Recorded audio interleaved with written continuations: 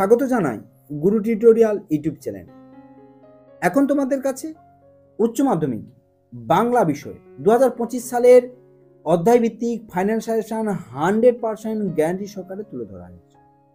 প্রথমে তোমাদের এই অধ্যায়ভিত্তিক ফাইনাল সাজেশনের গল্প এবং কবিতা সাজেশন তুলে ধরছি। গল্প রয়েছে 3টি, তার মধ্যে থেকে এবছর ভারতবর্ষ থেকে 100% প্রশ্ন আসবে, আজ থেকেই বলে দিচ্ছি। এই জন্য কতগুলি স্টার তোমরা দেখতে পেয়েছো। 1 নম্বর প্রশ্ন, হঠাৎ বিকেলে এক অদ্ভুত দৃশ্য দেখা গেল, দৃশ্যটিকে অদ্ভুত বলা হয়েছে কেন? Most important. 2 নম্বর প্রশ্ন, তারপরই দেখা গেল এক অদ্ভুত দৃশ্যটি কি, তা অদ্ভুত বলা হয়েছে কেন? দুটো দৃশ্য, এক বিকেলে আর হঠাৎ একমাত্র দৃশ্য।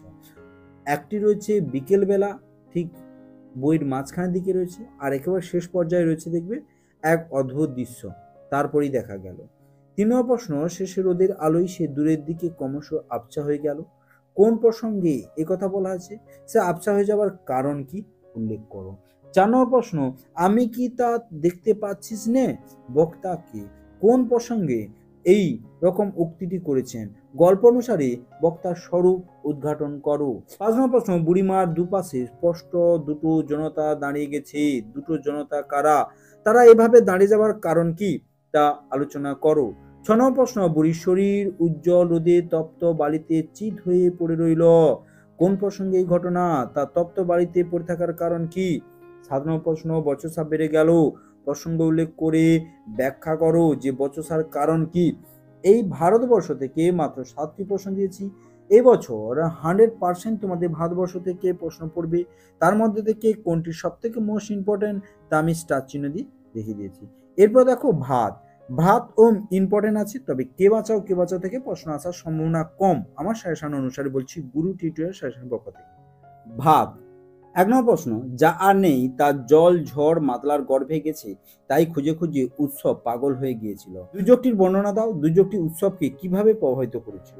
2 নম্বর প্রশ্ন, বাদার ভাত খেলে তবে তো সে আসল বাদাটার খোঁজ পেয়ে যাবে একদিন, বাদা কাকে বলে, ব্যক্তির এইরূপ মনোভাবের কারণ কি। 3 নম্বর প্রশ্ন, ভাতে হাত ঢুকিয়ে দিয়ে সে স্বর্গসুখ পায় ভাতের পরশে, কে কিভাবে ভাত জোগাড় করেছিল, এই অনুভূতির কারণ বিশ্লেষণ করো।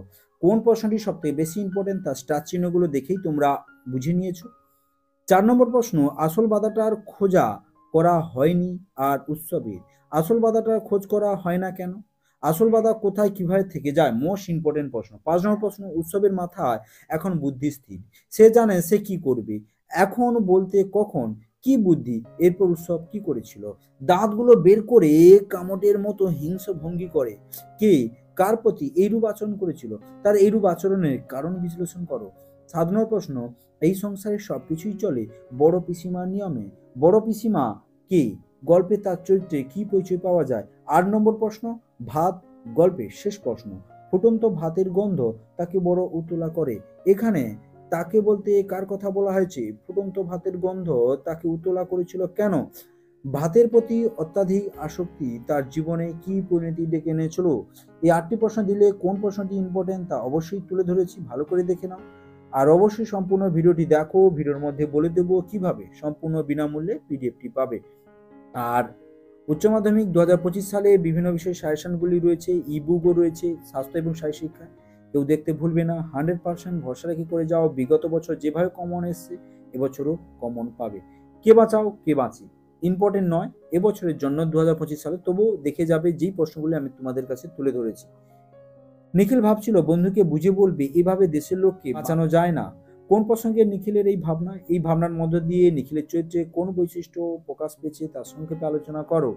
2 নম্বর প্রশ্ন, ভুরি ভোজটা অন্যায় কিন্তু না খেয়ে মরাটা উচিত নয় ভাই, বক্তা কে, এই বক্তব্যের মধ্য দিয়ে বক্তার চরিত্রের কোন দিক ফুটে উঠেছে তা সংক্ষেপে আলোচনা করো। 3 নম্বর প্রশ্ন, এই অপরাধের প্রায়শ্চিত্ত, কে কোন অপরাধের প্রায়শ্চিত্তের কথা বলেছেন, বক্তা নিজেকে অপরাধী মনে করেছেন কেন। 4 নম্বর প্রশ্ন, মৃত্যুঞ্জয়ের বাড়ির অবস্থা শোচনীয়, মৃত্যুঞ্জয় কি, তার বাড়ির অবস্থা শোচনীয় কেন। 5 নম্বর প্রশ্ন, দিন দিন কেমন হয়ে যেতে লাগলো মৃত্যুঞ্জয়, দিন দিন কি পরিবর্তন হয়েছিল, তা এইরূপ হয়ে যাবার কারণ কি। এরপরে কবিতা, 3টে গল্প থেকে একটি 5 পাবে, 2টো প্রশ্ন পড়বে, একটি উত্তর দিতে হবে। তোমরা জানো টেক্সট কেন্দ্রিক প্রচুর প্রশ্ন হয়, সেখান থেকে গুরু টিউটোরিয়াল সাজেশন থেকে 5টি করে যদি হয় 5 থেকে 15টি মতন প্রশ্ন, তার মধ্যে কোন প্রশ্নগুলি ইম্পর্টেন্ট তা স্টার চিহ্ন দেখেই তোমরা বুঝে নিয়েছো। আর যদি কোনো সমস্যা হয় অবশ্যই আমাকে কমেন্ট করে জানাও, হোয়াটসঅ্যাপে, টেলিগ্রামে। দেখো কবিতা, কবিতা থেকে মোট তোমরা জানো 2টি প্রশ্ন পড়বে, 1টি করতে হবে। 1 × 5 = 5। কন্দরতা জননীর পাশ থেকে এবারে কবিতা থেকে কন্দরতা জননীর পাশে 100% প্রশ্ন আসে। এই 3টির মধ্যে থেকে একটি আসার সম্ভাবনা রয়েছে 100%। গুরু টিউটোরিয়াল সাজেশনের পক্ষ থেকে বলছি। এই 1 নম্বর প্রশ্ন, কবিতায় জাগে আমার বিবেক আমার বারুদ বিস্ফোরণের আগে। অবশ্যই চ্যানেলটিকে সাবস্ক্রাইব করে অল নোটিফিকেশন অন করে দিবে। পরীক্ষা দিয়েছে আমাকে কমেন্ট করে জানাবে। সম্পূর্ণ বিনামূল্যে পিডিএফটি ডাউনলোড করবে।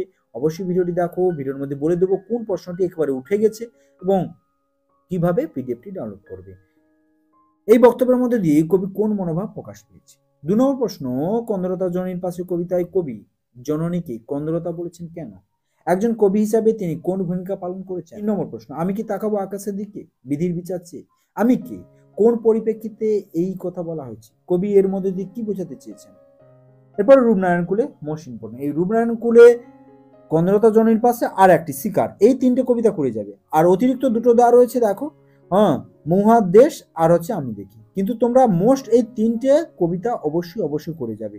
দেখো রূপনারায়ণ কুলে জেগে উঠিলাম। কে জেগে উঠেছিল?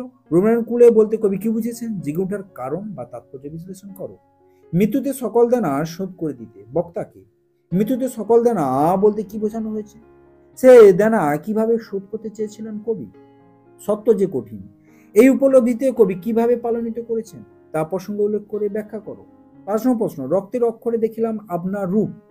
রক্তের অক্ষর বলতে কবি কি বুঝিয়েছেন? কবি এইরূপ মন্তব্যের কারণ কি?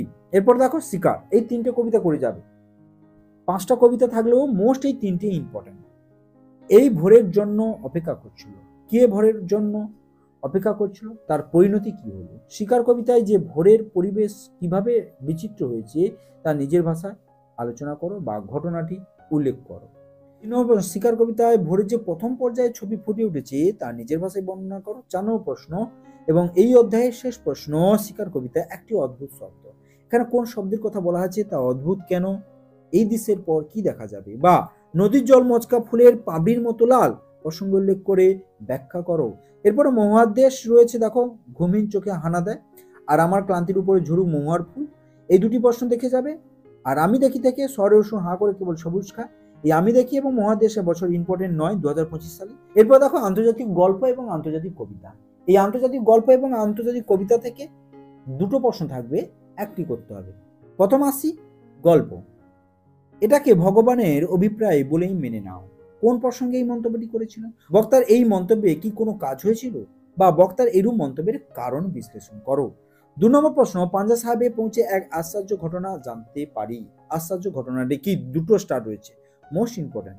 3 নম্বর প্রশ্ন মোস্ট ইম্পর্টেন্ট, মায়ের বান্ধবী আমাদের সমস্ত ঘটনা শোনালেন, ঘটনাটি কি? ঝড়ের বেগে ছুটে আসা ট্রেনটি থামানো গেল, ট্রেনে থামানো দরকার হয়েছিল কেন? ট্রেন কিভাবে থামানো হয়েছিল? 4 নম্বর প্রশ্ন দেখো, চোখের জলটা তাদের জন্য, কাদের জন্য, কে, কেন চোখের জল উৎসর্গ করেছিল? 5 নম্বর প্রশ্ন, অলৌকিক গল্পের হাত দিয়ে পাথর চাই থামানো ঘটনাটি লেখক প্রথমে বিশ্বাস করেনি কেন? পরে কিভাবে সেই ঘটনা তার কাছে বিশ্বাসযোগ্য হয়ে উঠেছিল তার সংক্ষেপে আলোচনা করো। 6 নম্বর প্রশ্ন, অবাক বিহল হয়ে আছি, মুখে কথা নেই। মুখে কথা নেই কেন? মাত্র 6টি প্রশ্ন তুলে ধরেছি অলৌকিক থেকে। এখান থেকে একটি পড়বে আর কবিতা থেকে একটি পড়বে, 2টোর মধ্যে একটি উত্তর দিতে হবে। আন্তর্জাতিক কবিতা পড়তে জানে এমন এক মজুরির প্রশ্ন। দেখো কে আবার গড়ে তুললো একবার, কি গড়ে তোলার কথা বলা আছে? এই প্রশ্নের মাধ্যমে কবি কি বলতে চেয়েছিল? 2 নম্বর প্রশ্ন, সেই সন্ধ্যায় কোথায় গেল রাজমিস্ত্রি? রাজমিস্ত্রিরা কি নির্মাণ করেছিল? এই প্রশ্নের মাধ্যমে বক্তা কি বলতে চেয়েছিল? 3 নম্বর প্রশ্ন, বই লেখা রাজার নাম। রাজারা কি পাথর ঘাড়ে করে আনতো? কারা কেন পাথর ঘাড়ে করে এনেছিল? অথবা এই প্রশ্নের মাধ্যমে বক্তা কি বলতে চেয়েছে আলোচনা করো। 4 নম্বর প্রশ্ন, পাতায় পাতায় জয়, জয় উৎসবের ভোজ বানাতো কারা? পাতায় পাতায় কাদের জয় লেখা? জয় উৎসবের ভোজ যারা বানাতো তাদের প্রতি কবির কি মনোভাব প্রকাশ পেয়েছে? 5 নম্বর প্রশ্ন, কত সব খবর কত সব প্রশ্ন। পড়তে জানে এমন এক মজুরের প্রশ্ন কবিতা অবলম্বনে কত সব খবর ও প্রশ্নের সম্বন্ধে যা জানো লেখো বা মূল বিষয়বস্তু। পড়তে জানে মজুরের প্রশ্ন, ভারত জয় করেছিল তরুণ আলেকজান্ডার একলাই কি? তরুণ আলেকজান্ডার কি? এই প্রশ্নের মাধ্যমে বক্তা কি বোঝাতে চেয়েছেন? 7 নম্বর প্রশ্ন, বিরাট আর্মাডা যখন ডুবলো, আর্মাডা কি? এটি যখন ডুবেছিল সেই প্রসঙ্গে কবির মূল বক্তব্য কি ছিল? শেষ প্রশ্ন, জয় তরণে ঠাসা মহাময়ী রোম প্রসঙ্গ উল্লেখ করে ব্যাখ্যা করো। এই 8টি প্রশ্ন তুলে ধরেছি আন্তর্জাতিক কবিতা থেকে। আর অবশ্যই যদি ভিডিওটি ভালো লাগে লাইক করো, কমেন্ট করো, বন্ধুদের মধ্যে শেয়ার করো। আর বিনামূল্যে পিডিএফটি ডাউনলোড করতে পারবে। তার জন্য আমার এই ভিডিওর ডেসক্রিপশন বক্সে যাবে, সেখানে হোয়াটসঅ্যাপ নম্বর এবং টেলিগ্রাম লিঙ্ক রয়েছে। এখানে গিয়ে এই কোডটি 12BFF এই কোডটি শুধু মেসেজ করবে, আর অন্য কিছু লিখবে না। ভিডিওটি ভালো লাগে লাইক করো, কমেন্ট করো এবং প্লিজ বন্ধুদের মধ্যে শেয়ার করো।